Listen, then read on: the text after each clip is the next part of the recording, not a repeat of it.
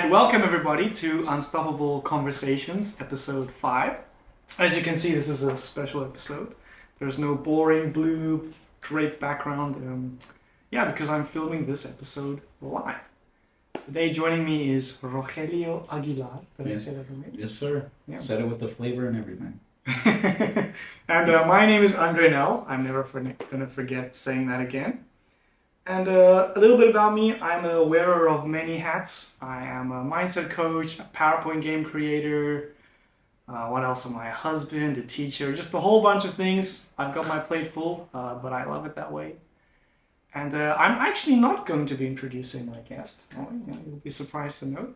Because I think it's best when people introduce themselves. It shows who they are, how they think about themselves. So, without further ado, let's move on to you. Oh, that rhymes. Ooh. So I'm gonna give you 45 seconds. 45 seconds. To answer the simple question, who are you? Who am I? Yeah, just 45. I'll give you a few seconds to think about it. But you can tell me anything you want. It doesn't matter. Tell everyone anything you want. And at the end, we'll talk about your 2 truths and a lie. 2 truths and a lie. All right. All right. So 3, 2, 1. Go. All right. Well, you introduced me by the only name I hear, and the only name I hear when my mother is upset at me. yeah. No one calls me Rogelio Aguilar unless it's my mom throwing her sandals at me or something. So I go by Roy. I think that's easier to pronounce for the masses. Who am I? I'm not aware of many hats, but I am. I think the best way to describe myself in a word would be a social explorer. I try to put myself in situations where I can learn about somebody's situation, someone's background. I think the more I learn about someone, the more grateful I am,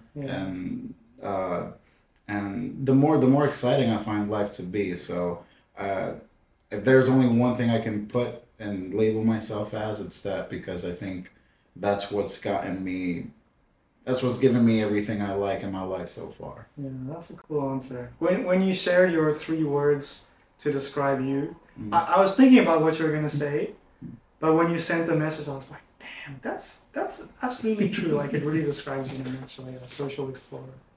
That's cool. Man. Yeah, well, because the thing is, I could easily tie myself to what my job is. I can tie myself to the things I do, but I think the root of the things I do, or what I like to do, or what my job is because of who I am. And when you ask, who am I really got to dig deep, Like, who am I involves what are the things that I do that got me to where I am. And me being a social explorer allowed me to do that. Allowed me to move to China in the first place. Not many Americans want to move to China because we already got this preconceived notion. Yeah. But the fact that even before that I've traveled the world, and I've found excitement in that. Not in like the whole trying new things or visiting museums and stuff. It was more like, man, this is a place that's completely different than what I know, than what I'm comfortable with. What else in the world has that? So, and that's with conversation too. Like, I'm not afraid to have conversations that are hard, or conversations that I may not agree with. Not afraid to get my feelings hurt, if you will. I was going to say that. Because that's a learning experience for me too. It's kind of like traveling, You don't have to get on a plane to travel, you know what I mean? Let me just write that down quickly. Yeah, no, please do. Don't look at my notes. Yeah, something we can go back to, but yeah, because my grandmother, she was always someone who, she always prioritized her family. My grandmother had 7 children, and family was her life. But she also had desires. She also wished she could have seen so many parts of the world. But interestingly, she was very involved in her church, and she would hear stories from people who would go and do missionary work in these other countries, And that in itself excited her. And when she would retell me those stories, she said it with the same passion as someone who was actually over there, you know? And I'm like, and she's like, this is why I like talking to people who are different from me because I can learn from them and even share a similar experience through that. Mm. So, I love that travel through conversation. so yeah, a social explorer, travel through conversation. There it is. That's my tagline. That's her tagline. If you were a company, that's who you would be. Social explorer. Yeah. I really like that. That's kind of what I hope to do here with Unstoppable Conversations too, because I learn a lot. Even just this segment alone, like people describe themselves in different ways, like you say. Normally people go to like who are they, as in like where do they come from and their job and things like that. It's nice. It's nice to hear your perspective. Thank you. Going to the root. If you don't mind, I'm also going to get started on the what's this called again? Port, like Port. Yeah. Some port. Yes. I don't even know is that allowed to be on YouTube. I'm not sure. We can just have well. it anyway. Sponsored by Eugene. Yeah, I'll have some. Let's just lie and say this is stale Coca-Cola. Yeah. Sure, grape juice. We've got some water as well. Yeah, we do. Oh, we should have put them in one of those, like metal glasses or something. What the water? Well, because you know, I wouldn't show my cup yet, but they do it on the shows. I mean, like the Graham Norton shows. I'm pretty sure they. Yeah. They mention it though. You can't see it because they put it in like a cup, but they mention. If you ask me a hard question, I will take a big gulp. You know, that'll be my excuse. I'll be like, yeah, that's great. You got 30 seconds to answer quickly. We do have kind of a topic like that, yeah. Oh man. Yeah, it's coming. So you mentioned that you love to travel, obviously, and just having a conversation with you is like traveling as well.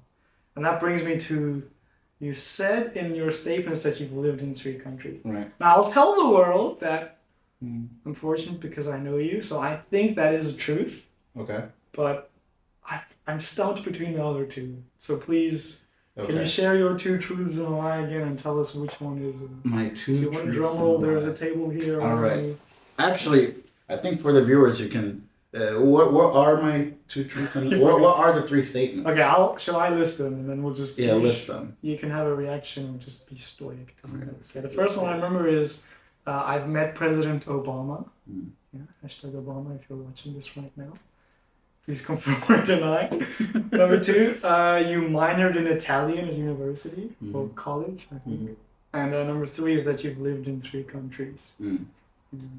Yeah, so one of them was certainly a toss-up truth, and that was that I met Barack Obama. Yeah. You have. I did. Incredible. I met him in high school. It's a fascinating. I feel like weirdly enough, a lot of Americans have a celebrity story because celebrities are just out and about sometimes, you know, and you catch them at the right time. You take a awkward selfie with them because you obviously ruined their day. It's true. Bothered them again. Right. They're like, dude, I'm trying to get to an audition. You know. When I was in high school, I was I think I was the managing editor of my high school newspaper, and there was a girl in my high school who won a national award that was sponsored by Steven Spielberg. Now, the national award that she won, it was like a national contest, a national video contest.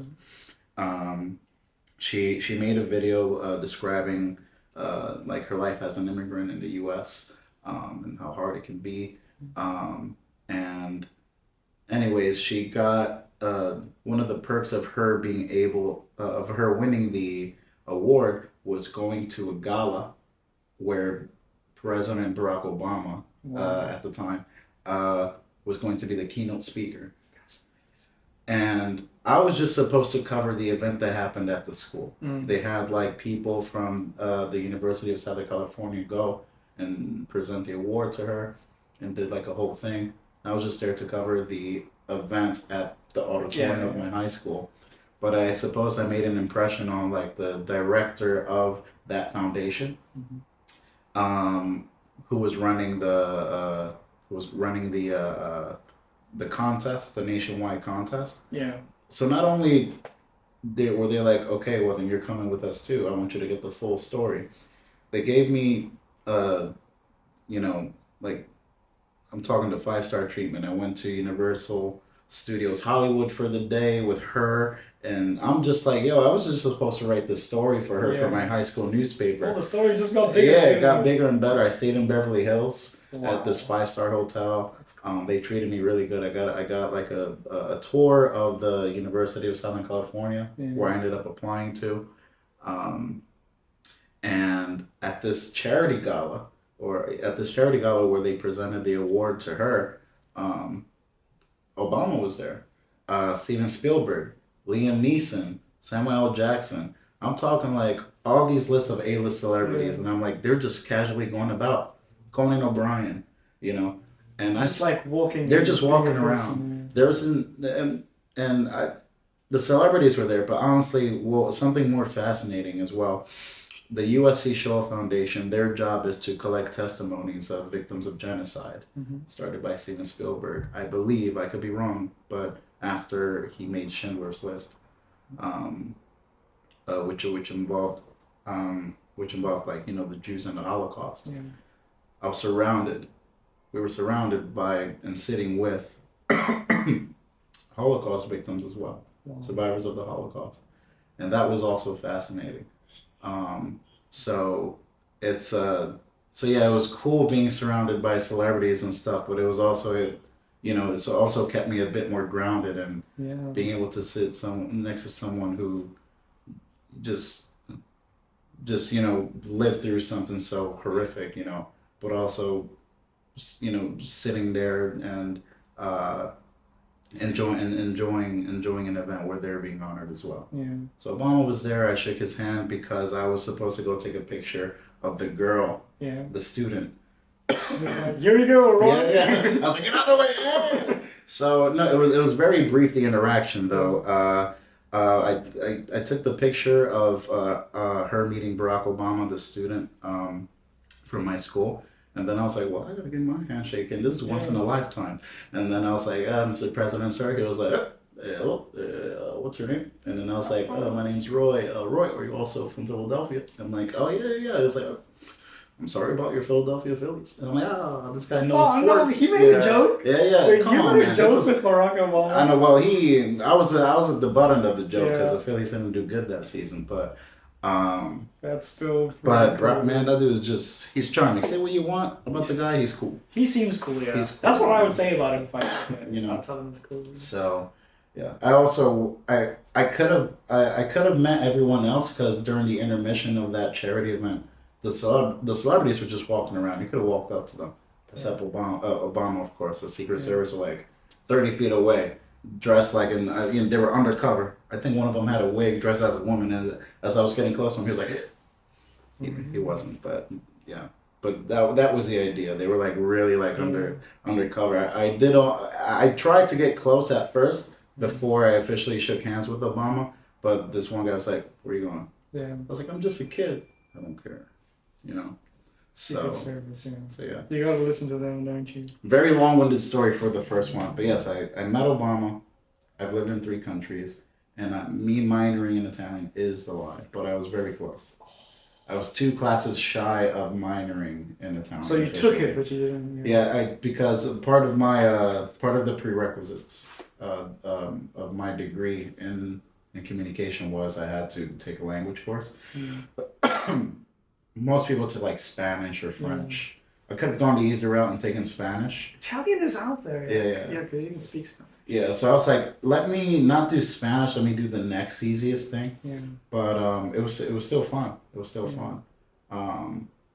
Don't ask me if I speak Italian because I don't. You already did an impression of Obama. We can just end the show there. That's pretty cool. Yeah. Because I was thinking like Italian is, it's just, it seems like normal. Right. Because it's like Italy's a popular country, Italian. It's not very far out there. It's not Arabic or something. Right. But it's just on that edge, you know, like people, you don't hear a lot about people who study Italian. Right, so that's why I was like, I know you'd met Kevin Hart before. Right. We've spoken about that. Yeah. But the Italian thing, I was like, did he just replace Kevin Hart with Obama? Like, did he just one up Kevin Hart? Or, you know, like, which one is true? Well, that's the thing. Like, the 2 truths and a lie, I'm like, I need to find a way to make them all sound, not outrageous, but just, like, questionable. Yeah. You know? But I think just by the nature of me being in China means Yeah. I've already lived in 2 countries so Yeah. far. The third one was Ireland, by the way. I studied Ireland. abroad in Ireland and Cork, and it Yes, you've mentioned that. continues to be one of my favorite cities in the Yeah. world. So Yeah, it's part of you being like a social explorer, you know. Like you get, that's probably like one of the reasons why you took Italian. You know, you didn't Yeah. choose the easier route, and you've got a story now for it. You know. right, yeah. I think I'll actually stick with those two truths in my life forever. Yeah. I don't think I can beat it unless something else crazy happens in my life. You know. Who, at the risk of offending a Barack Obama, but who would you have to meet to like replace his name with Michelle Obama. Michelle There it Obama? is. His There it wife. is. Yeah. I think he would agree. That's a fair enough I answer. think he would yeah. agree. Yeah, that's a Yeah. safe answer. What did you ask him? Like, if you look back now and you had the chance to speak to him. What would I ask him? Yeah. Oh my god. Yeah. Take back that joke. Take back that joke. Yeah. No, actually, and I think I think what would I ask him? It's tough because I would ask him like president things. Like I'm like, yo, how different is your life from when you were just a normal guy? Like spill a secret. Right. And sure, those are things I could probably find out in interviews if I dig deep enough. But I just think being a president is so like different. Yeah. You know, you're barely a person. Like That's you're true. controlled on all aspects. But me being a 17-year-old at the time, probably would have asked him something more mature, like, you know, like, hey man, like, Which college should I go to? right, yeah, like which college should I go to, or like, hey man, you got $80 for me? You can spare for me? You know? I'm hungry. Right, like so. I'm like, hey man, no, but I probably would have asked him. Probably would have asked him a would you rather question. You know, Because if I was the president, right? Mm. You've got so much information that's confidential. Your life is a secret. Your existence is a secret in any way. Yeah. You've got to be itching to Right. share some of that. Like, Yeah, if yeah. a guy came up to me and you're in the right mood and he's like, President Andre. That's why Latinos can never be Philippines. president. We're Latino. We're Just just like Philippines at keeping too. secrets. Yeah. I mean, you've got to want to say something. Area 51 for sure. Just tell random people. Yeah. Because, like, he was never going to meet you again. Maybe he could. That would be great for you. Right. But, like, just if you tell this random guy it's his word against yours as the president, no one's really going to believe him. But you brighten up his day and you get something off your chest. Yeah. You know who I did? Again, like I mentioned, during the intermission was like 30 minutes long. I spent most of those 30 minutes talking to one celebrity. Give me 3 options. Let me guess. Well, as I mentioned, Yeah, Obama was there, but he's impossible to talk with.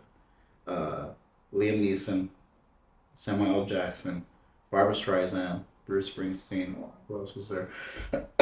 I mentioned Spielberg, right? I guess you'd want to talk to him. And Conan O'Brien. Did you was speak there. to him? Yeah, Conan O'Brien, yeah, because I saved him last. I should have threw him in. You should have thrown him in there. Yeah, I emphasized too much Conan O'Brien, so you're like, yeah, it's definitely him. Yeah, did you want to speak to him? Yeah, Like, man. no offense That was- to Conan. no offense to anyone. Actually, yeah. Actually, I think Conan will welcome that offense. He would even be like, "Why would you talk to me?" Maybe he Steven would. Spielberg is 10 feet away from you. That guy made Jaws, and Yeah, he's still 'cause making great movies. Knowing you, yeah, you Yeah. want to speak to Steven Spielberg. I was just, I don't know. Well, also, I mean, sorry, Conan, but when I was looking at everyone else, when I was picking and choosing, I'm like, I could have probably a shallow interaction with Spielberg because he's already surrounded by so many other people. Yeah. And Conan was just wide open. He was just like, he was just with his assistant. You know, he was the host of the night too. So, and I was just like, yeah, why is no one going up to walk up to Conan? And he's probably just, listen, he's a celebrity, right? He could have very easily been annoyed. I'm like, yo, this kid won't get away from me. Yeah. But I asked him all the questions I wanted to ask him, and he just answered them gracefully in his Conan self.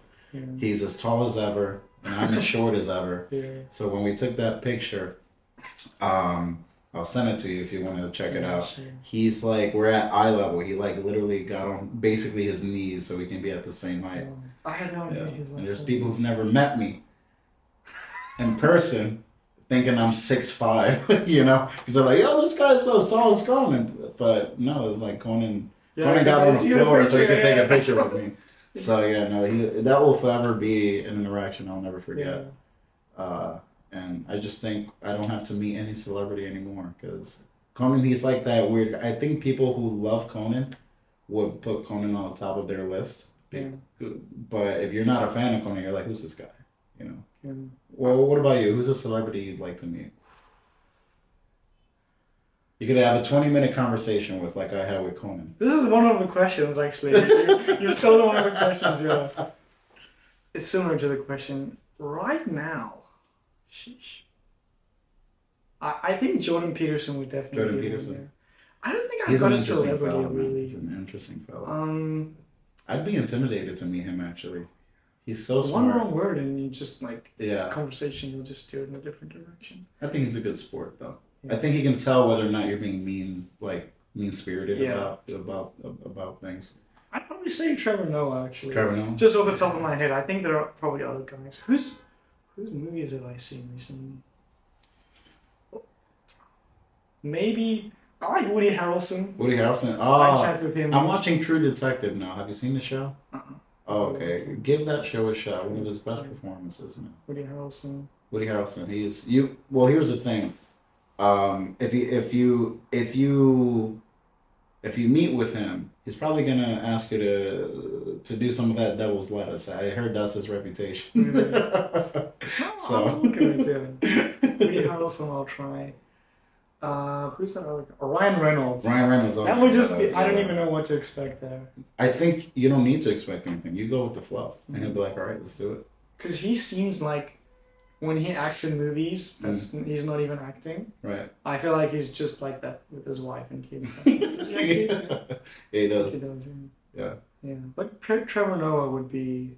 He'd be great. Yeah. Would be one of the, just because he speaks similarly to what Jordan Peterson does in the sense that he has like real depth and intentionality in the words that he uses.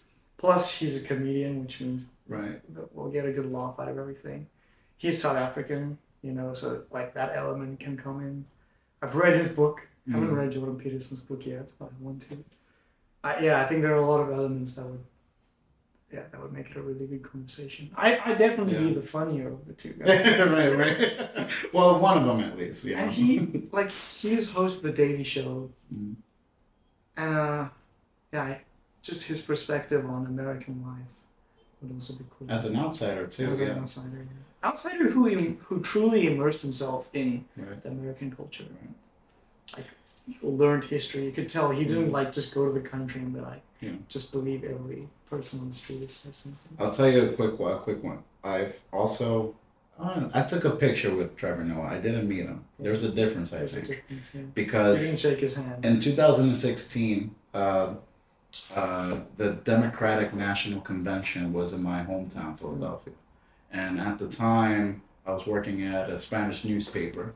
So I was walking around taking pictures of protests and sort of just like the scenery so I can do a photo gallery and post it on the website of the newspaper or media outlet I was working for.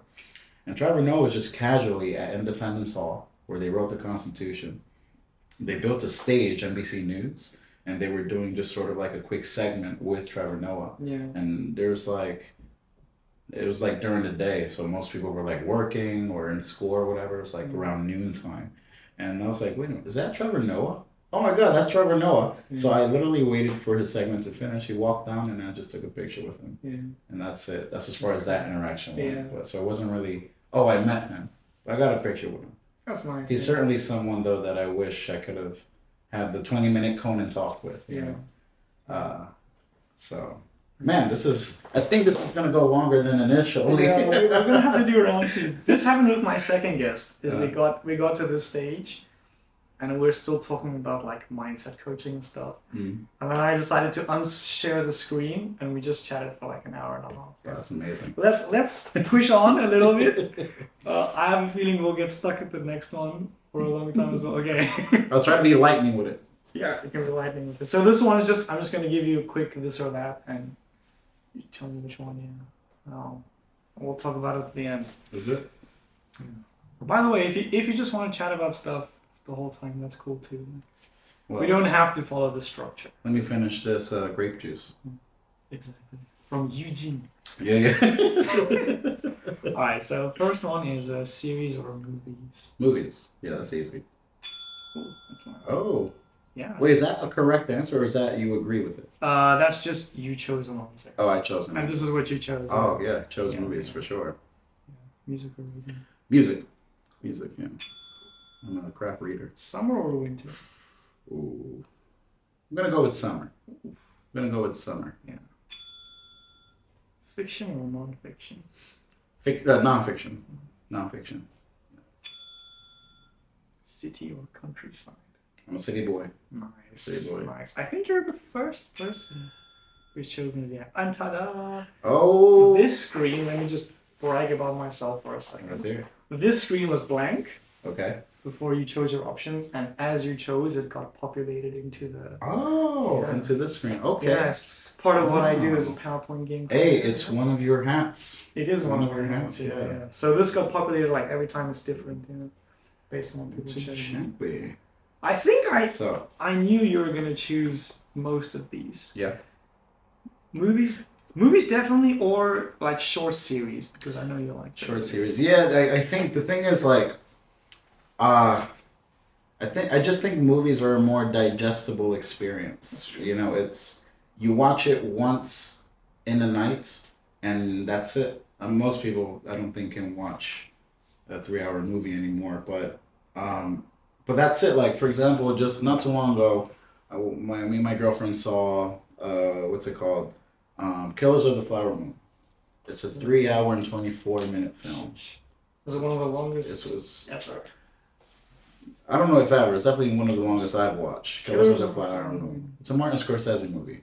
And his movies are known for being at least 2 hours and 30 minutes. That's just his reputation now. But that's it. I just sat there for the 3 hours and 20 minutes, saw the film, don't gotta go back. Yeah. Whereas I feel like if you're really into a show, you can be very, how do I say it? Not disciplined about it. Like, we'll binge 6 episodes, and we still got 10 more seasons to go, Yeah. So I prefer to just stick to movies because I watch it once and then that's the experience. There it is. And you can talk about it already. Yeah, talk about it. I don't gotta worry about, no, I'm not there yet. Well, yeah. And the last series we spoke about is The Last of Us, right? Right. And let's just say we were both averagely pleased. Yeah, averagely pleased. Yeah, we won't. I feel like we're offending a lot of people. We've got a lot of clickbait titles. Well, we've lost a lot of viewers when I said President Barack Obama. Yeah, we could have a bunch of clickbait titles for this, actually. Yeah. A lot of clickbait titles. Yeah. What do you think now? This guy took a picture with Trevor Noah, or you won't believe who President Obama met. And then in the parentheses, prank gone wrong. Prank gone wrong, yeah. Prank gone wrong, yeah. It was only meant to be one story. ... And you went off to meet Obama. There's a bunch of clickbait things. Right. Guy talks to Conan because he has to. People think Guy is 6'5". People think Mexican is 6'5". Yeah, you won't believe how tall this guy is. Brackets know what you think. Yeah, watch till the end. Right. Wait, so of your guests, I'm assuming you've done this with all of your guests, right? Yeah. Is there anything that I've done different, or I think, or all the options that I picked, ones that at least one of them picked? Yeah. What's different? Two things from what you did. You chose city. I think one other person chose city, but like small city vibes. Right. And you were more sure of your answers than other people. Yeah. Most of my other guests, they were like, Right. Well, this line. I think. One time I clicked too soon, actually. Yeah, I felt really bad. What? I think it was with my previous guest. They left mid-podcast, yeah? I clicked too soon. This happened. Yeah, well, she said, I think it was with summer or winter. She said summer, she's from Australia. Right. But I didn't pick up, she was still thinking. And then I click and I went ding! thing. It's just like, maybe winter. Ah. Oh, yeah. Come on, erase it. Sorry. I'm not that good at erasing stuff, yeah. But most other things. I will say the one that I was probably the most indecisive about was summer winter because I enjoy both. Depends where you are. Right. Yeah, it certainly does. Because I think here I oddly prefer winter. Yeah. Because I feel like I'm more productive. I think summer here in Beijing, I don't know, there are a lot of days where I stay inside because it's way too hot. Sticky. It's sticky, it's humid, but back home I'm always looking to do something random. I'm likely to go like on a random walk in the summer back home than in winter where I want to stay in cozy. But during the winter here, I'm productive, weirdly enough. That's exactly how I feel like back home because the temperature is more mild as well. Right. Somewhere you can go to the beach. Here you can't really go to the beach. Right. Even in Tianjin, like has a beach, but yeah, you can go to the lake and watch the guys in underwears go swimming. Basically, or catch fish. I don't even know if anybody's ever caught a fish in the history of Beijing river fishing. Right. But yeah, summers here are too sticky. Yeah. Winter, I choose winter solely because there's snow. Summer doesn't have like a peak event where you're like, oh yeah, it's gonna be sunny today. Like winter, there can be snow. That's what's expected. Yeah, nonfiction, I definitely music and nonfiction. I think you're gonna choose for sure. Yeah, I like nonfiction. People sleep on nonfiction. The reason why, and this is sort of like a bucket list of mine. The reason why I pick nonfiction is because I set out to read nonfiction to be inspired to eventually write my own nonfiction book.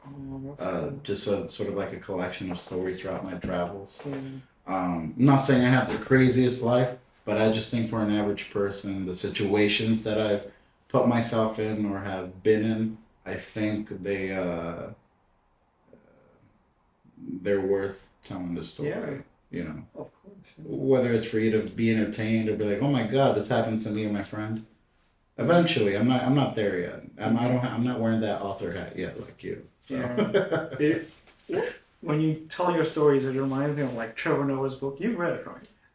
I've heard of it, but I think people have told me so much about it, like Game of Thrones. Never seen it. I think I've heard about it enough that I basically know what's it about. Yeah. Because I mean, that book is just a bunch of stories. If you didn't know who Trevor Noah was, you'd still be enthralled, but it doesn't matter who he is. Jeremy Clarkson also, I read his books when I was younger. And it's basically also just stories, like what you're telling me. Right. Yeah, that would be quite a nice combination of your life and who you are and your skills. Hopefully, when I'll feel inspired enough. You know who does inspire me? One of the biggest inspirations in my life. Yeah, it's you. Guy gets inspired. Guy gets inspired. Payment failed. He takes it back.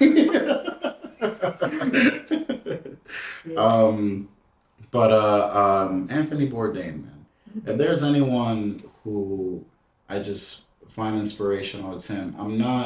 He doesn't inspire me to be a chef or anything. He just inspires me to just go with the flow of life. This is a guy who was just an average Joe, and overnight, after writing a book about his. Hey, I could hear a pin drop, huh?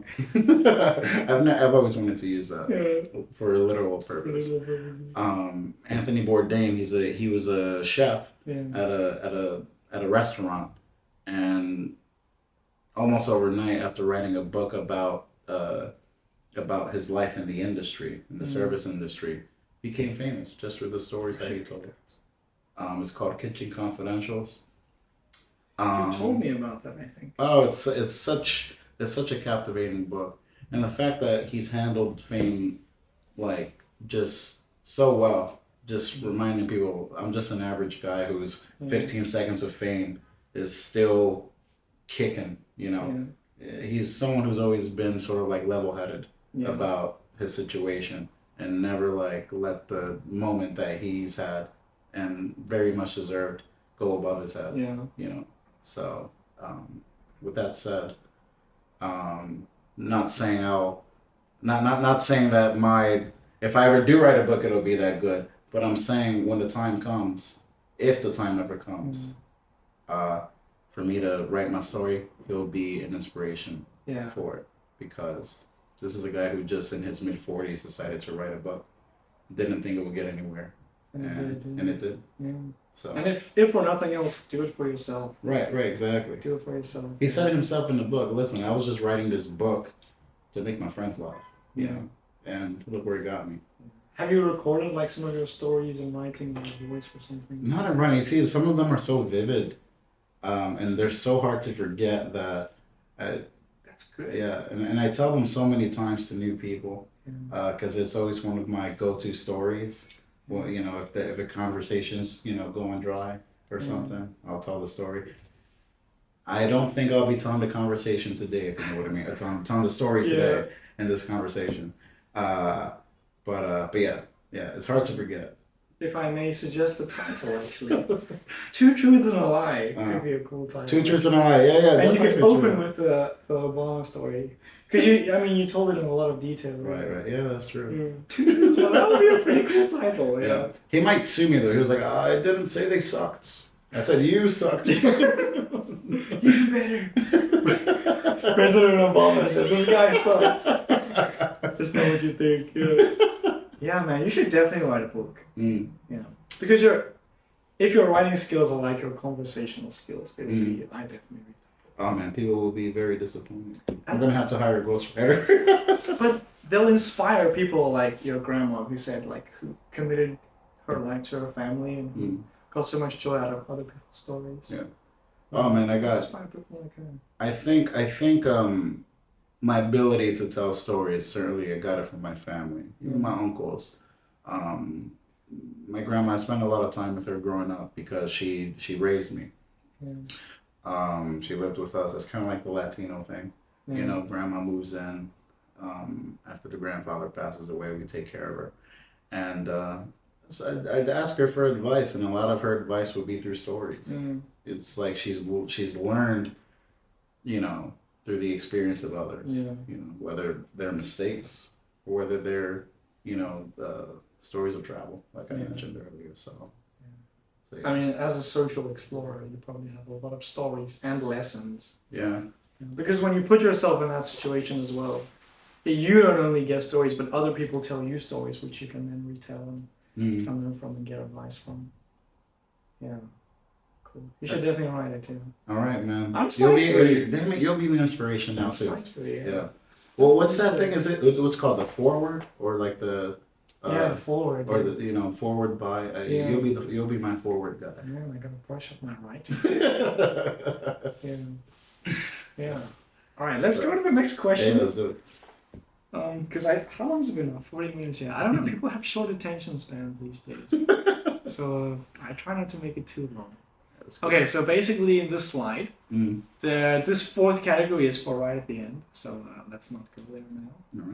All right. You're welcome to choose any. Just tell me top left, top right, middle, and they're just different categories with a bunch of questions. All right, let's go to the middle. The middle. Let's call my name.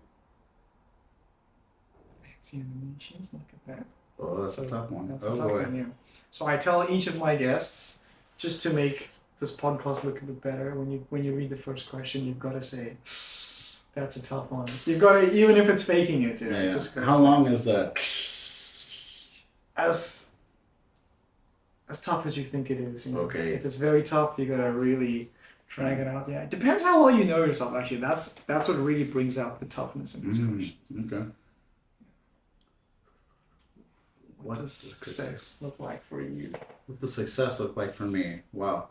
Security. Stability. Oh, I thought you said it if it's tough for me. Oh, that's good, man. That's good. Yeah. Well, it is a tough question, but I think that definition or the answer to that question changes like often, like just based on your outlook. You know what I mean? So right now, at the stage of my life that I'm in, I think stability is what success means to me. And I think once I reach that, maybe my idea of success changes. You know. Yeah. To exploration or instability. Yeah. Or instability, or you know, if I have children, certainly that will change, or maybe it remains the same. But for now, as long as got something I can fall back on and be okay. So that's like stable job, stable home, Stable job, stable stability in home, some sense. you know, stable mentals, you know. Yeah. So just making sure I'm all right in all aspects, you know. I'm still working on it. Yeah. Uh, but you know, certainly with the help of my partner, she's certainly helped me find stability. Yeah. And she can certainly say that I'm not there yet with stability. We're there in some parts, other parts, Yeah. you know, like time management. I think that's also, you know, would you say stability is sort of like the time management is a branch of stability? Definitely, yeah. Definitely. Otherwise, if you don't know how you spend your time, then there's like an element of chaos in your life. Yeah, for sure. I think there'll always be an element of like instability or chaos in people's lives. Yeah. Like just some days you wake up. I was talking to Yonka about this other day. Like some days you wake up and you feel a little bit worse than others. Yeah, yeah. Even if you slept well, you didn't have a bad dream, like you got a good night's sleep. Yeah, that's a nice thing to strive for.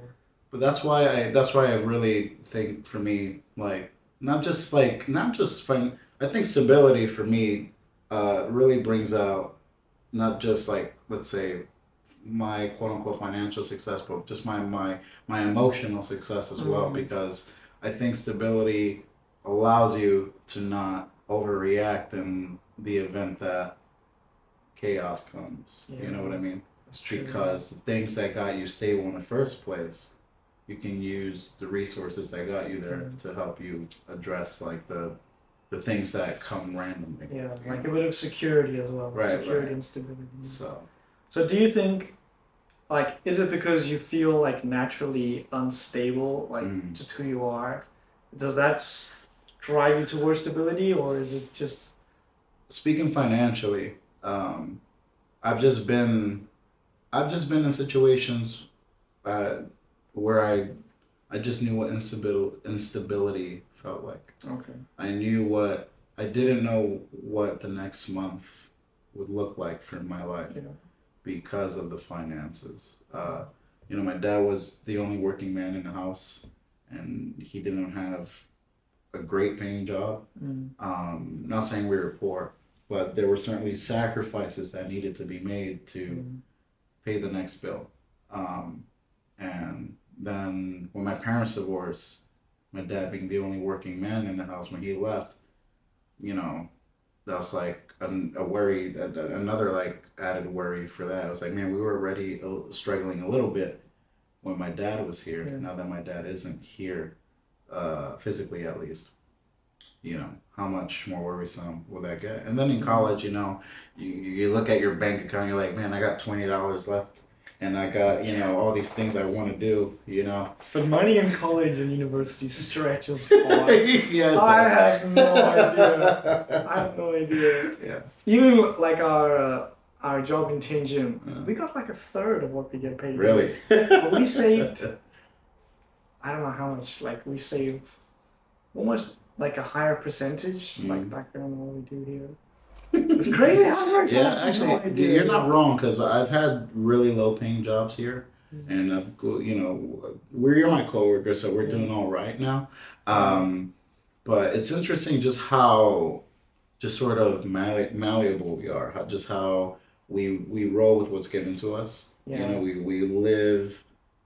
How do I say? We live by the means that we're given. Yeah, you know, that's true. Because looking back, I'm like, man, I can't believe I sort of survived at that rate. I can't imagine going down, you know? So, but in the event that something crazy happens and I have to live by those means, then the stability allows me to be all right with it. At least not be too, you know, much of an emotional wreck. Because you're still human. You still, you know, react to things. People react to things differently. So, but yeah, it's a good base to be stable. Success for me. Yeah, financial success, like financial success. What does that even mean? That's the clickbait title. Yeah, no, I think we just lost all of our viewers. God introduces new. Actually, we gained a lot of viewers. What are you on about? financial success, you know, there's all these sayings about money, right? Like, money doesn't buy happiness, and I can't think of any others right now. But there is a sense of security and stability with money, and there's a reason people strive for it. Like, it depends on your mindset, the way you look at it, right? Like, for example, in your case, you're not driven by money because, like, oh, I just want to be rich. It's like you want to be stable and feel secure.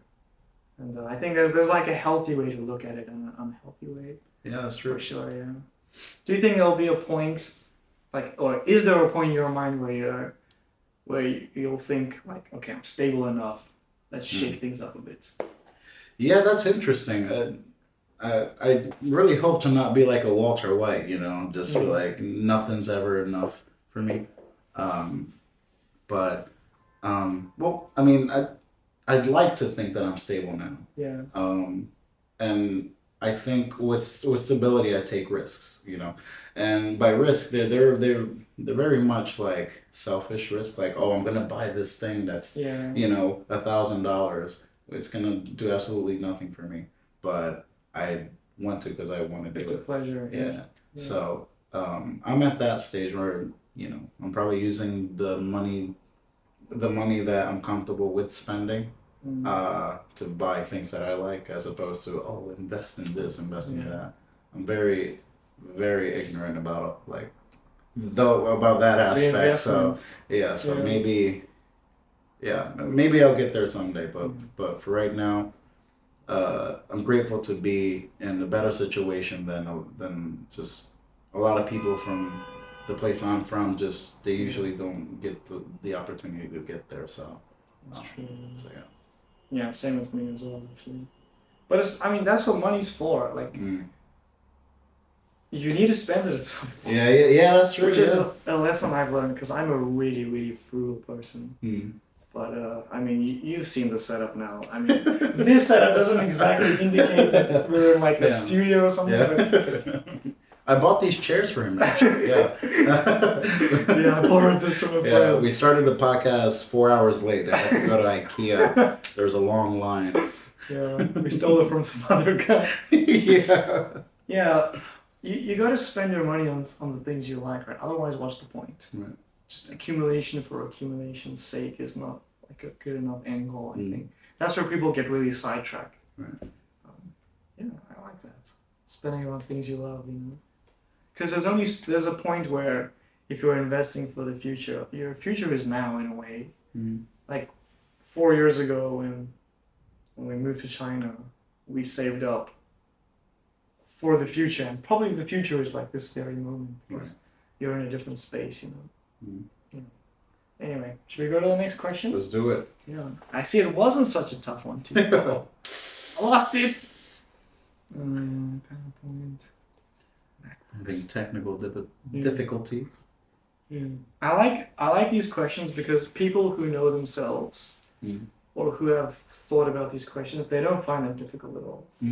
But people who haven't spent a lot of time thinking about these things, they like the whole episode. They're just Yeah. I think if one of the questions are what's for dinner, I'll probably like, I don't even know, man.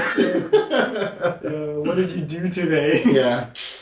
Or what did you do last week? Right, All right, you got a choice now. You can either open up the other categories, or there are numbers here. You can choose a different question of the same category. What? Okay. Oh no, I like the tough ones. Let's do number 4. That's a tough one. I like that. I just want to see how much tougher can it get, huh? Let's see. Depends how much you know yourself. What problems do you find yourself experiencing over and over again? Yeah. So people often have these recurring patterns. Right. I'm curious to know if there are any that you're aware of. Yeah, actually there are some. Well, there's one in particular. For the longest time, I've lived. I'm 28 now. I'm gonna say for like 25 years of my life, the first 25 years, I lived my life partnerless, you know? So every decision I've ever made was for me. I'm in gonna the write grand that. scheme of things, right? Single for a long time. Yeah, single for a long time. There's a reason. No, but I will say, and man, God bless my girlfriend for being patient with me.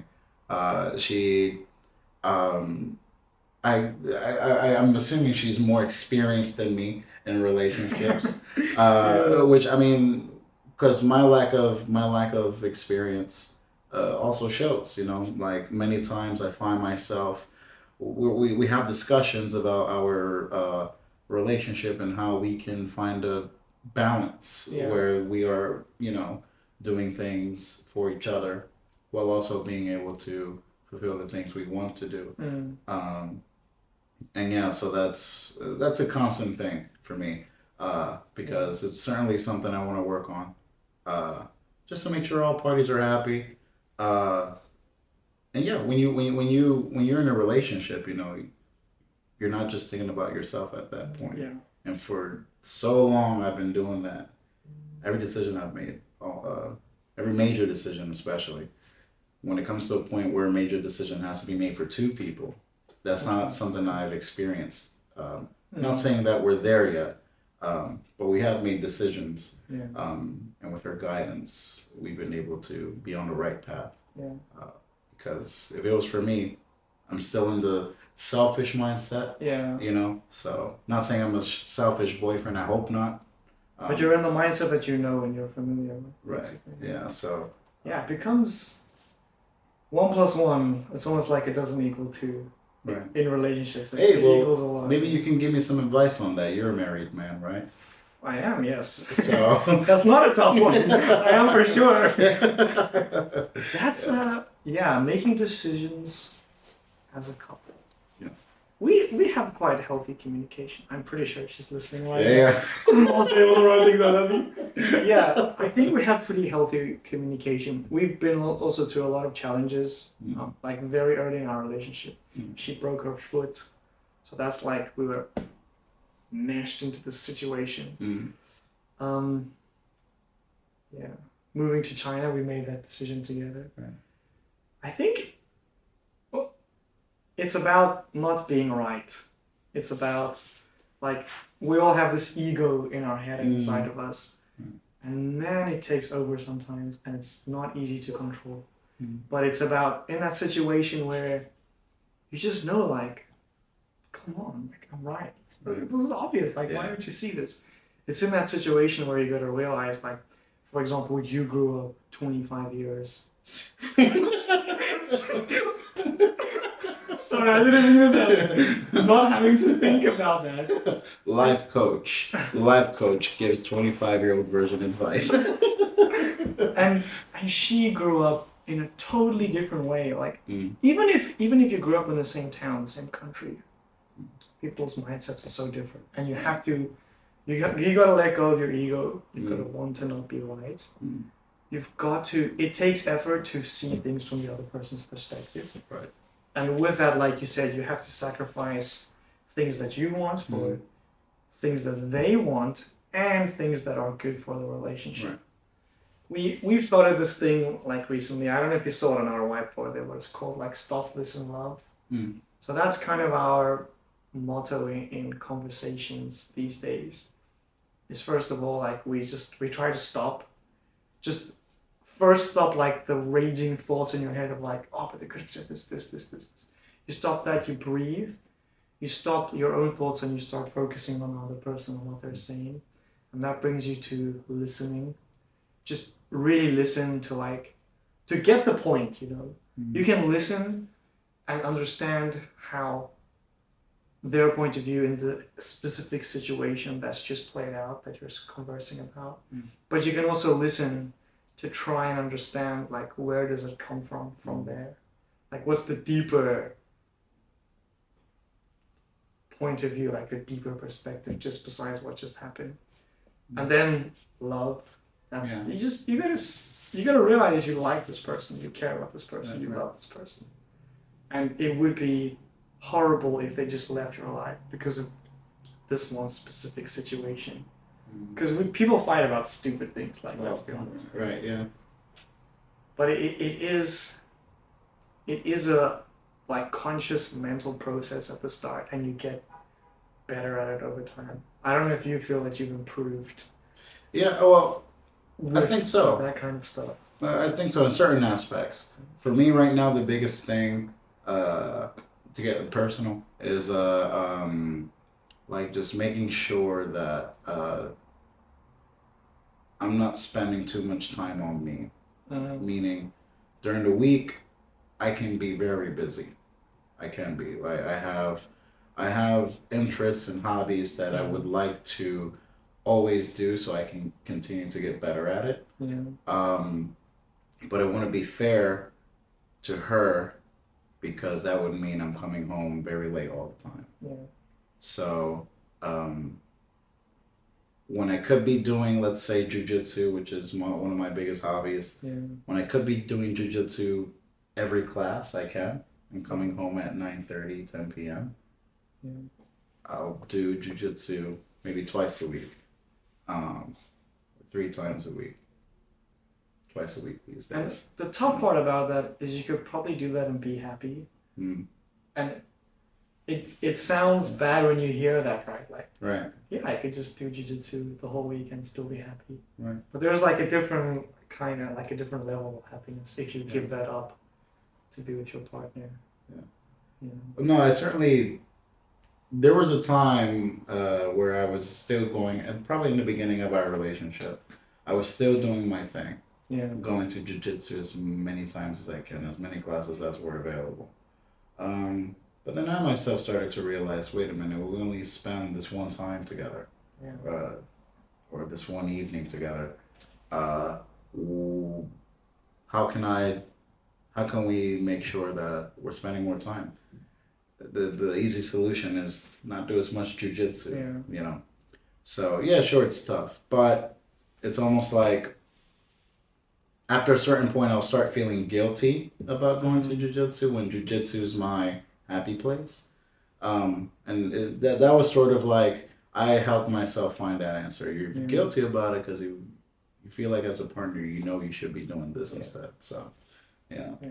So Two things come to mind when you say that. The first one is where a lot of people might go wrong in relationships is making the same mistakes again. mm, Like if a fight happens about, let's say, you're going to jiu-jitsu too often. mm, The problem is probably not jiu-jitsu, it's something else. mm, So understanding that problem and then not keep making the same mistake. mm, Because if you do it, you're sending like a very clear message of this relationship doesn't matter enough. Even if it's not the message that you intend to send. right. Not making the same mistakes. And I forgot point number 2 now. Yeah. You know, I heard Yanka say you're forgetful. Yeah. Yeah. not making the same mistakes. What is the second thing? That has something really good. I can't remember now. Clearly, it wasn't that important. It was important, but as I was speaking, I forgot it. What did you say? Just give me a second. Yeah, take your time. Let me help you through this. I'm doing less jujitsu so I can spend, even if it's 2 more evenings with my girlfriend at home. We can sit down and watch a movie together. No, you missed it? I lost it. All right, I'm taking over this podcast. You're the new host now. That's fine. But yeah, I don't know if that's an answer that was expected, but that's certainly something that came to mind. It was a tough one, so I'm gonna hit you with the. That's a tough one. That was a tough one. Yeah, relationships are tricky. They really are. Yeah. It's a lifelong thing. I mean, you get better at it with time, I guess. I guess. Yeah. We're gonna blurt that one. Yeah, let's not. Yeah, let's move on. Let's move change on. the topic. Yeah, it'll come. It'll come. It might come. Yeah. Man, I was really proud of what I thought about. It's okay. It's okay. But it's not what I was gonna say. But self-awareness is a big part of that. Is a big part of growth and improving in relationships. Because if you're not aware of the deeper reason behind the issue, it's never gonna get fixed. And which means it will probably keep happening. Right. that wasn't as powerful as what I was going to say. But Well, I have a question, and if we have time, I'd like to ask. what is the time? Well, so like you mentioned something interesting because, so you mentioned that when you repeat the same mistakes, you sort of communicate a message. That could be that that you don't care about the relationship or something, even if that's not what you intend. If that's the case, what's sort of like the cap of the amount of times you can make a mistake before someone? Is there a science to this before someone is fed up with it? There might be a science. I don't know. Yeah. I don't know the answer to that specifically. I think it probably depends from person to person. Depends probably how long you've been together, like who you both are. I mean, your girlfriend probably knows the kind of person that you are. Yeah. If she knows your background, if she knows like... Which surprises me why she's with me, if she knows who I am. I don't think there's a cap, but there's definitely... Here's the thing, there's an intention behind every action, and it's always a positive intention. People have positive intentions, but the way that they bring those intentions across is not always exactly the way that they would like them to be. And it's just because of your mindset and your beliefs and the way you've been raised and conditioned in a way, like programmed to act in a certain way. So it's got to be a conversation, like either the person making the repeated mistakes has to realize, like, I'm not going to change, so what should we do about that? Or the other person is going to say, yeah, I can't just keep accepting these mistakes and forgiving you. What are we going to do about that? Yeah, so it's just a conversation, Conversations, man. The art of conversation. It's one of my aims with this podcast is to get better at just giving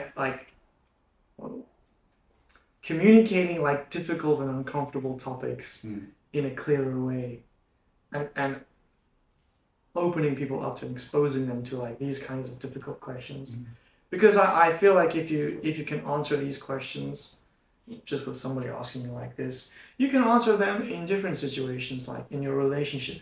The question about success just applies to this podcast, and it could apply to your relationship, and if the measures of success are like really different and incompatible, you got to be able to have a conversation about that. So in a way, it comes down to the conversation. Yeah. Well, I'll tell you what. As a self-proclaimed social explorer, I take my hat and give it to you to add to your collection. I'll put it on there. It is. Oh, it's too small. Actually, Actually, too big. Too big. Yeah. So you wanna stick with the same topic? Or a new one? I'll let you pick. You want Yeah. Oh, I'm reversing it. Okay.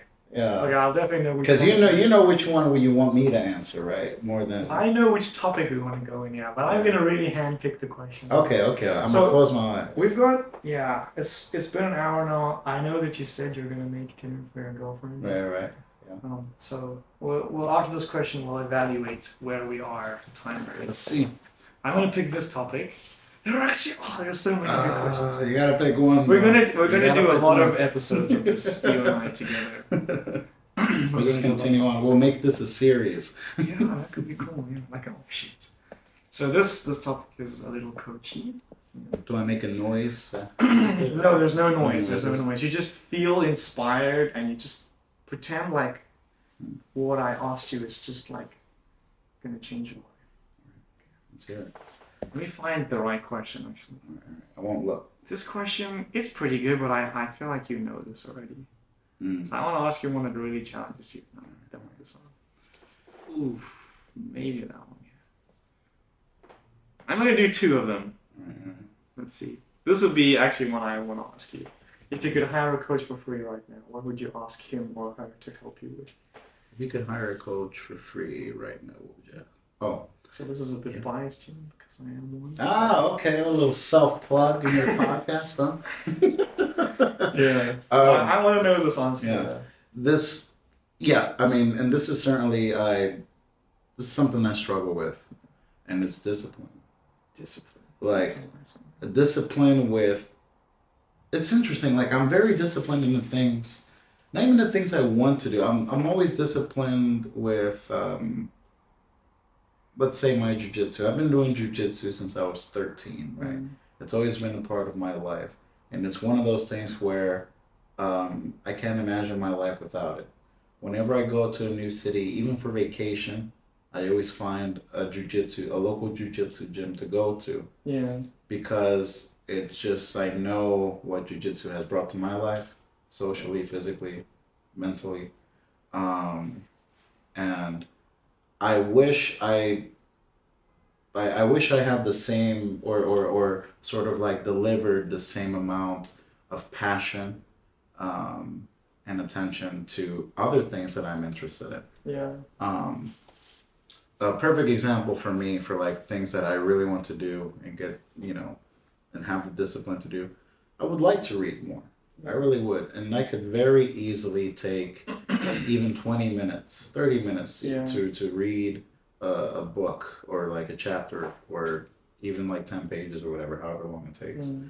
Um, or however many pages I can read in that time. But I get so distracted so easily Yeah. that I just end up not doing it. Mm. You know, same thing with practicing Chinese. I only practice my Chinese when I have homework, but outside of that, it's very like wishy-washy, like very Yeah. inconsistent. Basically, just speaking it in a funny way at school. Yeah, exactly. Yeah. And I mean, we've used to sit together at lunch, and Yeah. maybe you would have. There were times where you saw me with the Chinese book out, but what do I end up doing? Just talking Yeah. with someone. That's the lack of discipline. Yeah. So I feel like I could have accomplished so much more, even if it's a small improvement in something. But I just get in the way of myself. So that's discipline. That's what. If I could hire a coach for free right now. If I was a coach, which Yeah. I'm not saying I am, Yeah. but if I was a coach, let me just take a sip of water and I'll give you my 2 levels. 2 levels, okay. Of Yeah. not advice. Yeah. We got to clarify. You're a ping pong coach, right? Yes. Yeah. Yes. So the 2 levels, which I can think of right after that. I'm gonna put this down because Oh, man, you're about to go crazy right now. Oh boy. If I was a coach, I would say this. I would challenge you to think of the discipline issue as not an internal issue at all. I would challenge you to think of it as an environmental issue. Here's the thing, when you didn't learn Chinese, it wasn't because you didn't want to necessarily. It's because of where you were, right? The people you were surrounded with, like trying to do anything constructive at lunch is difficult. I've tried a few times as well. It doesn't really work out. Because it could be because of just how you're feeling or just people want to chat to you, you want to chat to other people. It could be an environmental thing. Same with the reading. It could just be that the way you've set up your space in your home, doesn't, number one, prompt you to read at all. Like, where are the books that you want to read? Are they visible to you? Are they on your bedside table? They're on my phone. They're on your phone. Yeah, they're e-readers. Yeah. Hard to get books in China. It is, yeah. So, changing your environment in that sense could help you to not rely on your motivation or discipline per se to get started with what you want to do, but make it obvious, so unavoidable even. If the book that you want to read becomes your cover, I don't know, your phone cover, or you get a widget or something. I don't know how widgets work, but changing your environment for sure could help, even with Chinese reading. The other thing, there are actually 3 things now. I've added one as I spoke. The other thing could be starting small, right? It's one of the most influential books that I read in the last year was a book called Tiny Habits. It's weird now because I'm telling you about this book when you want to build a reading habit. Yeah. The whole premise of the book is make the habit as tiny as possible so that it's impossible not to do it. Don't even aim to read the book. Aim to just find where the book is on your phone, or aim to just put your Chinese study book next to the space where you want to study it. That's just your first week's goal, is just do that and feel good about doing that. At the deeper level, this is where it gets really deep. So when you're working with mindset related concepts, right? There's a thing we've all heard about values, right? We have values, but the thing that a lot of people know is that we have conscious values and subconscious values. So conscious values are the things that you're aware of. You know that you value exploring, food, being honest, jiu-jitsu, da da da da da da. But your subconscious values are often different to your conscious values. And those have been formed by your experiences and without your awareness more often than not. So if you think of your values as having like a rank from 1 to 10, let's say, your subconscious values, that rank could be different to your conscious values. So while consciously you feel that reading is important to you, subconsciously it's like way down the list. Which is why you're not driven in those moments where you've got nothing to do. That's why you're not driven to reading, because there are other things higher on the list, like chatting to friends, or there's no like right or wrong list, you know, it's whoever people want to be. But that could be like a really deep reason for why you don't want to do Chinese or reading, let's say, or why you don't naturally gravitate towards that. Because if you think about it, like chatting to a friend, that comes so easily you don't even have to think about it. Right. Because it's probably one of the things you value most. But if you valued reading as much as that, it would come easily to you, just as easily as like chatting to a friend. Like you know Melissa, right? Yeah, Melissa. Right. She's just been reading like throughout lunch. She reads every chance she gets because she's got this book series that she wants to read now. So it's on her mind the whole time, and she just pulls out her book. She doesn't even talk anymore. Right. She speaks when spoken to, you know? Yeah. So like that's really high up on her values list, you know. So if I was a coach, these are the things I would be telling you. Yeah. Make of that what you find a good book. Yeah. That's what I would tell you. Oh boy. And there are like strategies and techniques to change the ranking of your subconscious values. We won't go into detail here. If I was a coach, I would. That's a coach for pay right there. Yeah, that's not a free coach. I got the free trial. You got the free articles. The 3 free articles. If you would like to start reading, Tiny Habits is a good book. Tiny Habits. Okay. I'll give it a shot. Yeah. The other question I wanted to ask you, because I think this answer could be really cool, is what's the one question, desire, problem that's driving your life right now? We all have something that we like. We're focusing on right now. What is that for you? Finding meaning in this city, because I feel like finding meaning, and I specifically mean this city, and I think you know why. You're very limited in how do I say? It's weird.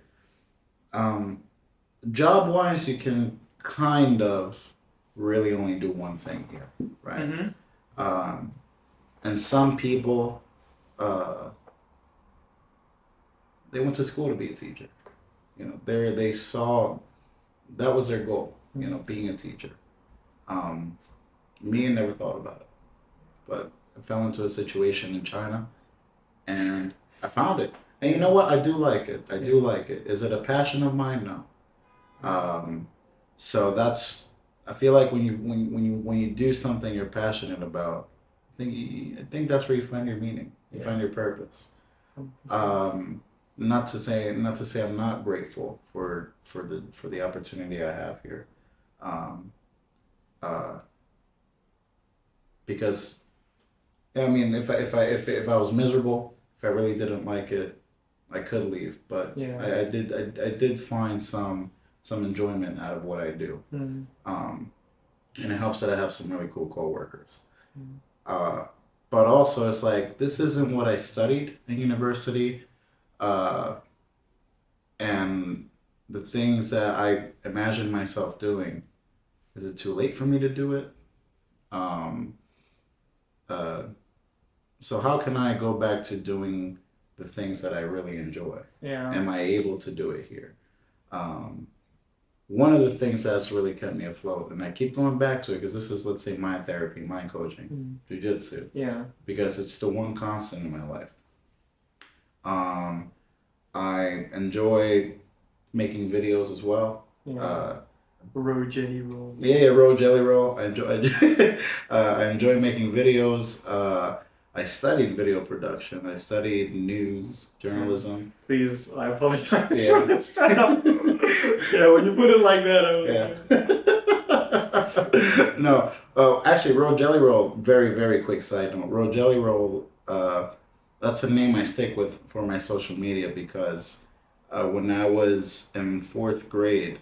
Uh, I was always a fat kid. Okay. So the teacher would call me by my first name because that was on the attendance sheet. Oh, don't tell me. So my name was they would always say Rogelio, Yeah. and then this one kid was like Rogelio, more like Rogelio roll, and then the whole class just started cracking up, and obviously I was like, but I think sometime in high school when I created Instagram, I was like, wait a minute, that was actually very clever. Shout out to him. So I stuck with Rogelio roll. I sort of made it my brand. Not that I have one, but it's cool. You embraced it. Yeah, I embraced it because it's funny. It's actually a clever dig. So I would love to get my rematch though, my roast rematch with him. I want to see where he's at now, where I'm at now. We can just roast battle. That could be your meaning. That could be finding I've been doing jiu-jitsu my whole life to try to get back at him. No, but yeah, that's the one question / desire / problem. Trying to find. It's actually all 3 in 1. Yeah. Yeah. So. Meaning. And finding the means, because the thing is, like, I'm not saying, oh, if I was back home, I would be doing the thing I enjoy. I don't know that, but I do know there's opportunity. There's risks I can take that I know if it lands, I'll be there. Here, I don't even know where to start. Yeah. You know. That makes a lot of sense. So yeah, so just finding meaning in the place I'm in now, or finding purpose in the place I'm in. So, but weirdly enough, I don't know if this is is it counterproductive, but I don't dwell on it too much because of the stability, that makes sense. which can be scary, right? I think.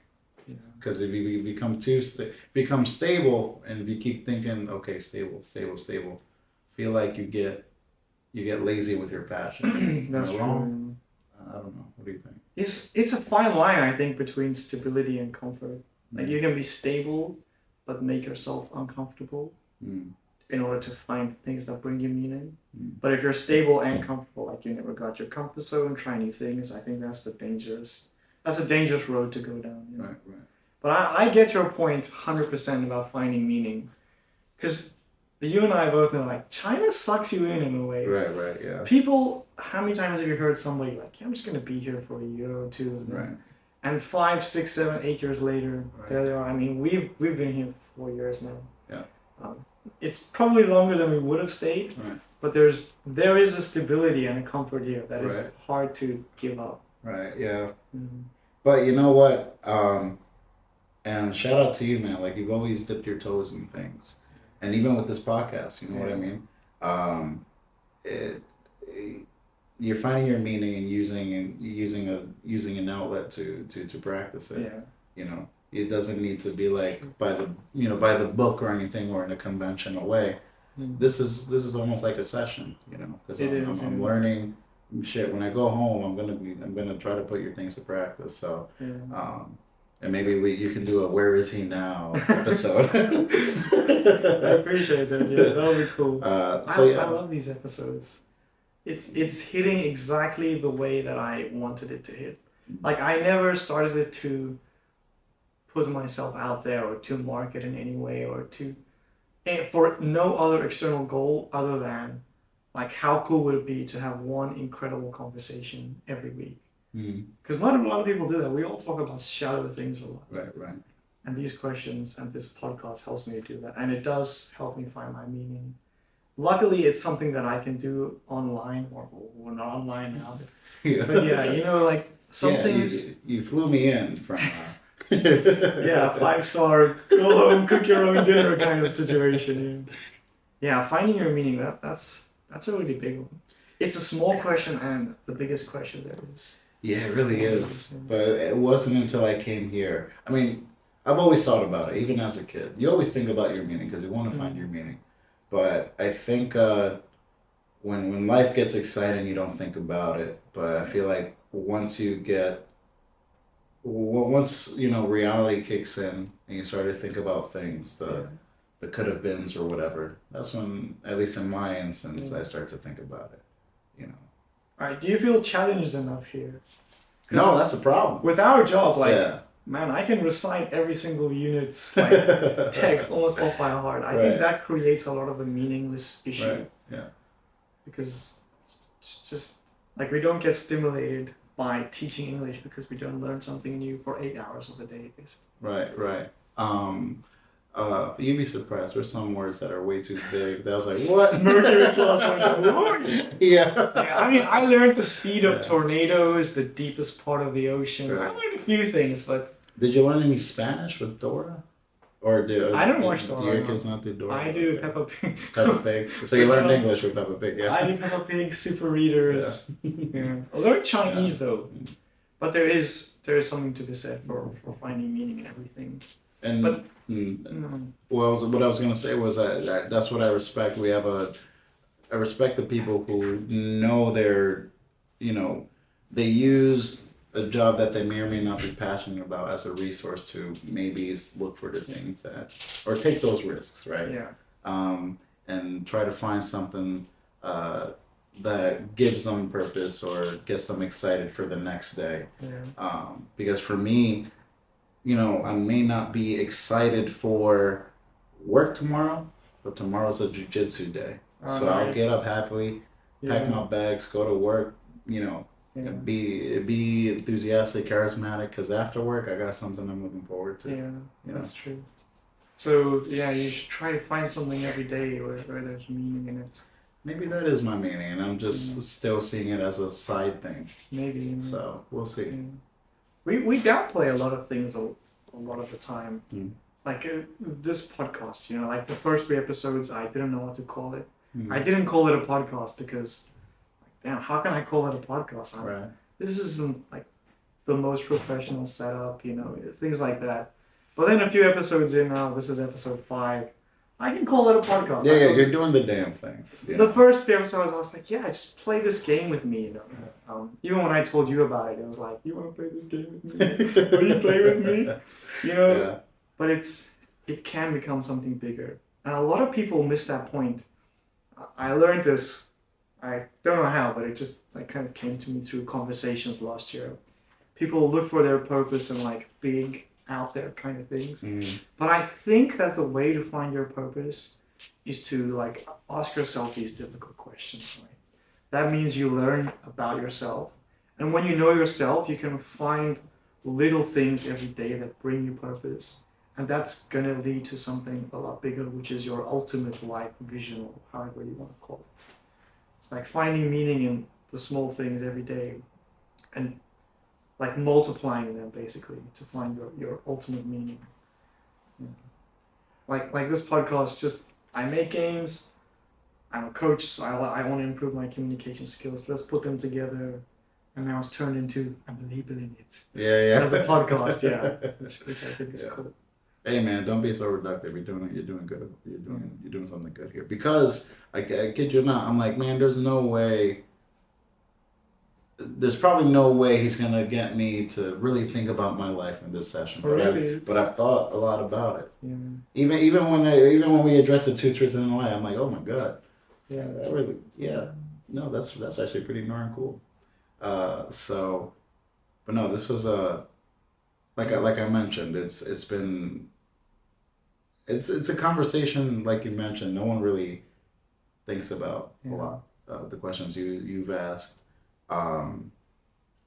And even if it's through this means that we've been able to get it out in the open, I'm glad that I was able to have the conversation. Same here, man. We should do a round 2 and 3. Round 2 or 3. Hey, man, the first 6-hour podcast.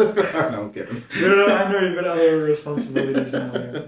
And what I love about this, I've called it Unstoppable Conversations, and genuinely each time, both me and the guest, we didn't want to stop. You could talk for so long, Because we've only done like 4 questions. 4 questions. Did we really? Yeah. No way. Dude, there's Wow. We're gonna have to look back. we did 1, 2. We did 2 of these ones. 3, 4. We did the lightning round. I failed successfully. But that's the thing. I've never gotten like more than 7 or 8 questions of somebody, because once you dive into one question or topic, you kind of you go everywhere. Right. It shows you. I didn't know this was going to be an outcome at the start when I created this, but it shows really like the person's worldview. I love the success question because all 3 people who've answered it, you and another 2 guests, have given completely different answers. And all of them have been incredible like definitions of success that anybody could take on and make their own and become successful in that sense. But they're all really different, which I think is really cool. Like yours is stability and security. The previous guest, hers, Michelle Peel, she wanted freedom. Like, I think in a way it kind of gets at the same thing, but stated differently. Right. And the first person who answered it, she said that for her, success is just whatever you intend to achieve in that specific thing. Like, she's a Jamaican. She used the analogy of Usain Bolt. And like, if he just wanted to beat a certain time and he beat it, but he came like 4th, he didn't get a podium or anything, he's still successful because that's his definition of success. Wow. Yeah. And all 3 of them are cool. Like, I could go through 1 week of my life and look at everything and just think of it as, if I just get this outcome, I'm successful. And the next week, I could use your definition and be like, if I'm just stable this week, I'm successful. It's really cool, yeah. It's interesting. Success sounds scary, because I think we're so used to attaching success to something big, you know. And if you don't reach that something big, then you're not successful. But when you put things in perspective, man, it's just you end up being more satisfied by the process. Yeah. I'll give you a perfect example. In Jiu-Jitsu, I suppose the what many people would define success in Jiu-Jitsu is submitting your opponent, making them tap out. Now, at the end of every Jiu-Jitsu class, I would like to think every Jiu-Jitsu class does this. They put you to spar, to put all the techniques, use all the techniques you know to try to submit that person, and they're going to use all the techniques they know to stop you and try to submit you too. You go back and forth. Now you're going, or you should be at least going, with people of any size, any weight, because they all pose different problems. Yeah. Right? Say I struggle with one technique, I'm not able to get someone with it, or I'm unable to escape from a certain position. Jiu-Jitsu welcomes those mistakes or those problems, and you're almost encouraged to always do bad. Yeah. Because if you're comfortable in bad positions, then you will have successful outcomes, right? So it's almost like, not only do you have to do bad to do good, but just think smaller. The big picture, sure, is submitting the person, winning. But how do you get there? How do you get to the winning position? You got to do the small things.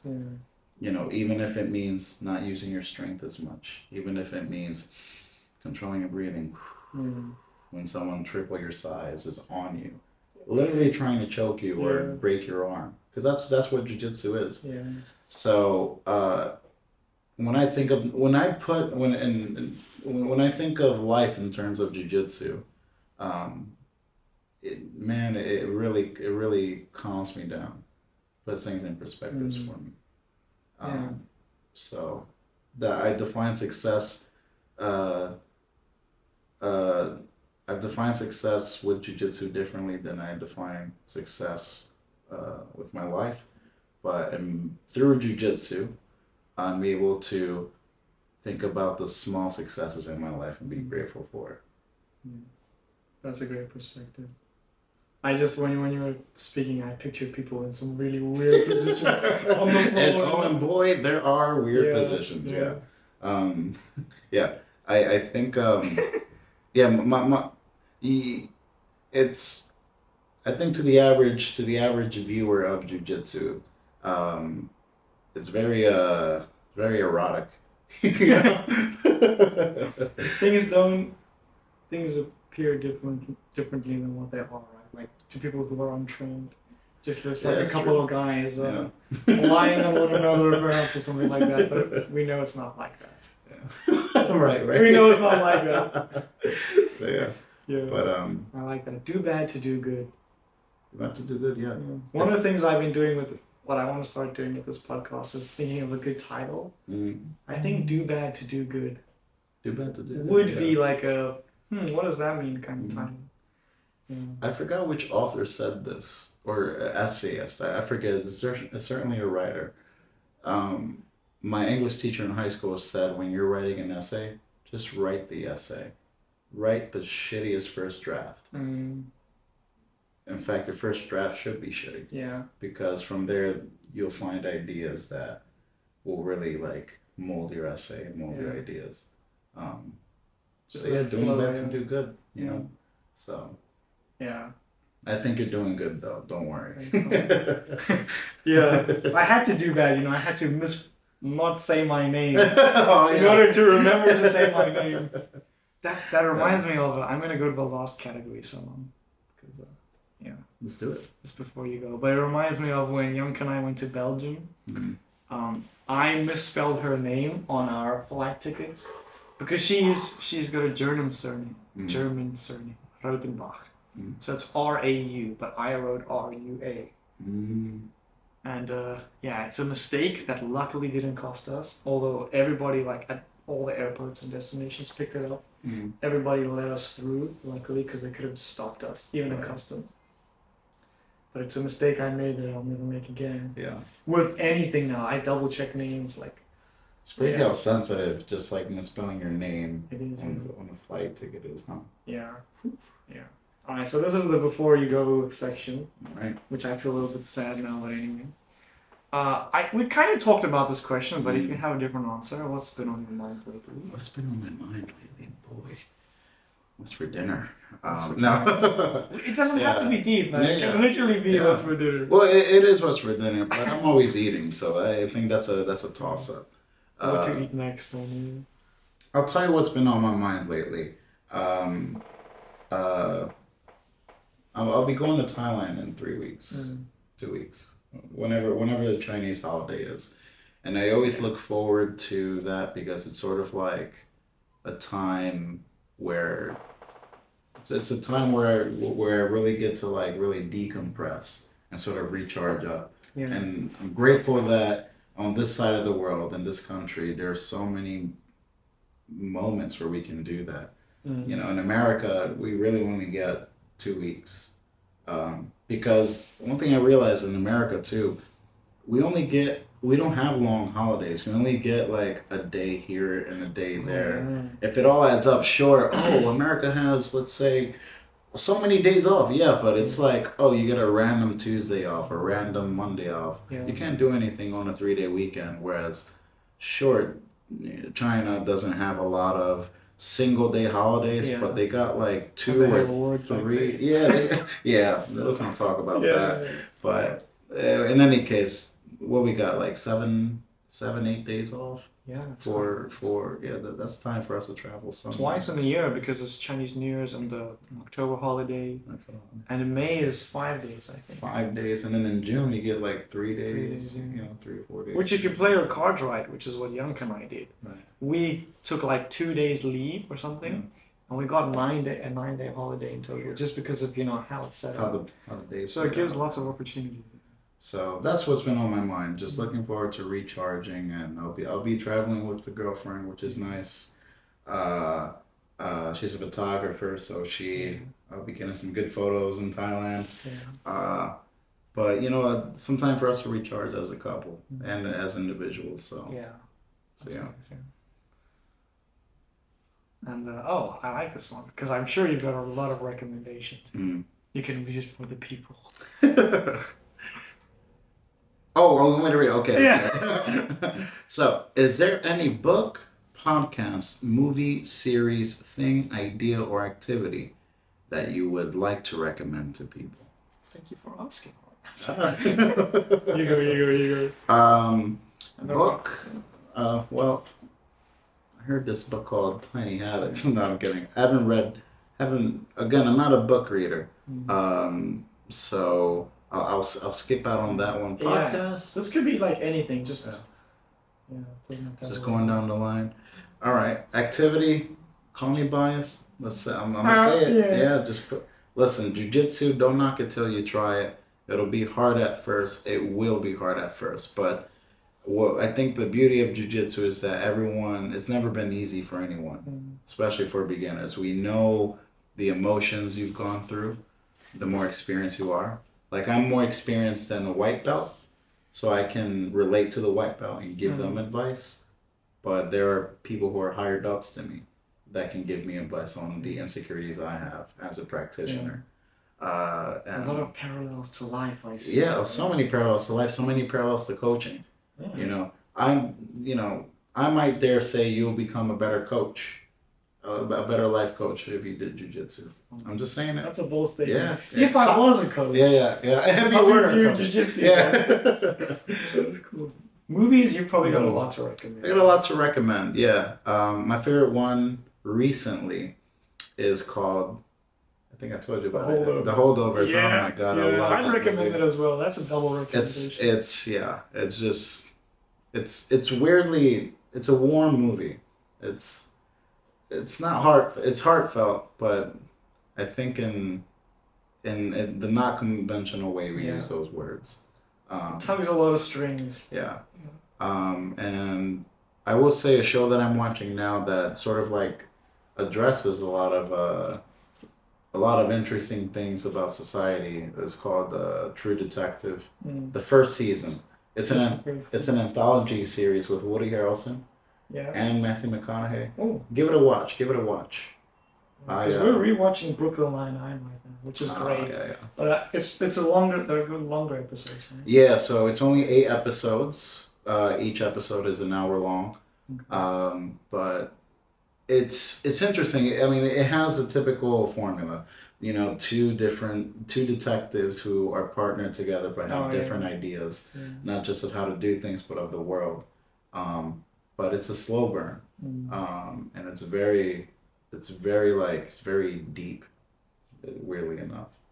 I mean, sounds like it's probably in my opinion, the best performance of both of the leading characters, Matthew McConaughey and Woody Harrelson. Definitely watch them. So yeah, that's all I got though. That's all I got. I'm wondering if there's a way to rephrase this question better. Is there any book, or just like, what are you watching / listening / reading now? Well, it doesn't even have to be. I just want people to recommend a thing. Like, let's say I only have 2 hours free the next week, or X hours free. Like, what should I do in that time? That's a question. Yeah, that could be how I could rephrase it. Yeah. All right. It's the Holdovers. I'd recommend that as well for sure. Right. Did you learn anything new about yourself during this game, and would you mind sharing? A lot of the things that I think we talked about today, I certainly knew. Yeah. But I think sort of hearing, like just talking about it sort of like reinforces the things that I should do to solve situations in my life. Yeah. You know what I mean? Makes sense, yeah. I think that's the biggest thing and the first thing that comes to mind. Certainly, like, especially the habits, the biggest things that we talked about were like the habits and, how do we, the problems that I have, how can I address those? Yeah. It all comes down to communication. Which you studied. Yeah. You studied that, yeah. If your girlfriend was Italian. Yeah, right. That's the problem. That'd be even more issues. Yeah, that's cool. Yeah. I like that, yeah. You don't have to learn something new every day, but it's nice just to reinforce ideas that you already know. Because we need reminders as people to do things. Mm-hmm. That's why there are apps for that. It's interesting.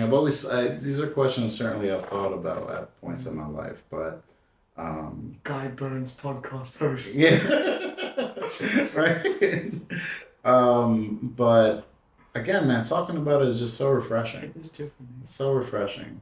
I'll certainly leave out of here with a different mindset, and hopefully put that mindset to action. Yeah. So again, we'll see. We'll see what the sequel of this episode That would be cool, yeah. this episode looks like. I want to make you think of new two truths and a lie. Because you said you've reached your peak, but... Yeah, just do 3 lies. Just do that. I thought that'll be interesting. Really? Just see where it takes us. You know? Yeah, but there's no like spoiler, right? Just tell me 3 lies. Yeah, that's true. Yeah, there's not like a punchline or anything. We'll just see how I could interrogate you, and we'll just see like at what point your story cracks. You know, that would actually test my question asking skills and your communication skills and quick thinking skills and my liar skills. And yeah. I'll be the true detective. Okay. Yeah, there it is. Wrapping it up. Any last words? No last words. Oh, I do have last words. That emoji. Looks a lot like the photo that you use for. That is true. Yeah. I don't know if that was intentional, but it wasn't. No. It's supposed to be like a play on people who literally are speaking their last words and they're in prison. Yeah. Is this